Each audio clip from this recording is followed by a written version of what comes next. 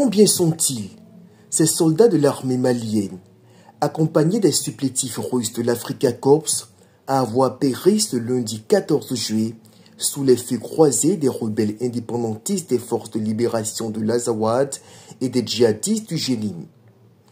48 heures après l'assaut d'Al-Kit dans le nord Mali, qui a tourné au carnage pour les hommes d'élite de Poutine et leurs alliés maliens, RFI donnait ce mercredi 13 juillet des détails saisissants sur l'ampleur de la défaite subie par les forces néocolonialistes.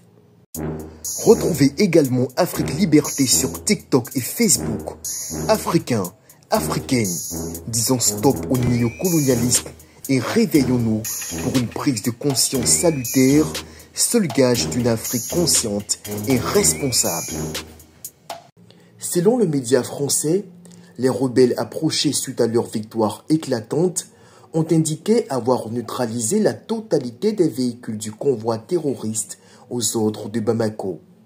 À cela, il faut ajouter de lourdes pertes en vies humaines, surtout du côté des aventuriers russes venus gonfler le nombre de cadavres russes qui à jamais resteront enfouis dans le sable chaud du Sahel à des milliers de kilomètres de leur terre natale pour une guerre dans laquelle ils n'ont rien à y voir.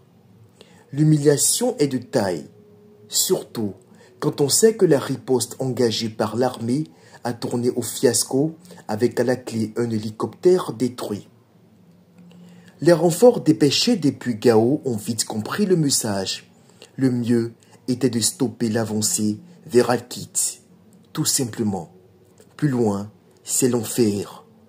Si l'armée malienne sous les ordres de la jeune terroriste du CNT a refusé de donner sa version des faits aux médias français, sans doute ébranlée par cette autre cuisante défaite, la énième du genre, elle a tout de même produit dans la soirée du 14 juillet un communiqué laconique dans lequel elle reconnaissait le déroulement d'accrochage avec les forces coalisées des FLA et du Jénim. Assimi Goïta et son engeance néocolonialiste sont en train de faire sombrer le Mali dans une déchéance mémorable. Et le soutien boiteux du Kremlin ne fait qu'aggraver les choses pour un appareil militaire en déconfiture.